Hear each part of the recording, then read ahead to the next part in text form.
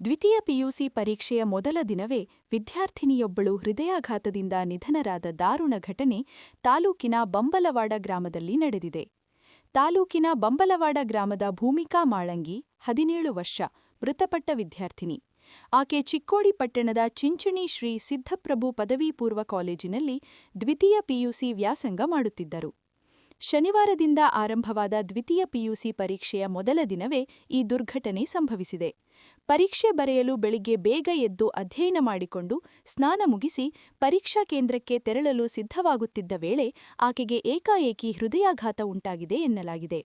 ತಕ್ಷಣ ಕುಟುಂಬಸ್ಥರು ಆಸ್ಪತ್ರೆಗೆ ಕರೆದೊಯ್ಯಲು ಪ್ರಯತ್ನಿಸಿದರೂ ಮಾರ್ಗಮಧ್ಯೆಯೇ ಆಕೆ ಮೃತಪಟ್ಟಿರುವುದಾಗಿ ತಿಳಿದುಬಂದಿದೆ.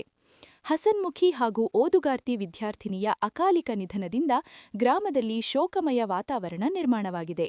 ಪರೀಕ್ಷೆ ದಿನವೇ ನಡೆದ ಈ ಘಟನೆ ಸಹಪಾಠಿಗಳು, ಉಪನ್ಯಾಸಕರು ಹಾಗೂ ಸ್ಥಳೀಯರಲ್ಲಿ ದುಃಖ ಮಡುಗಟ್ಟಿದೆ.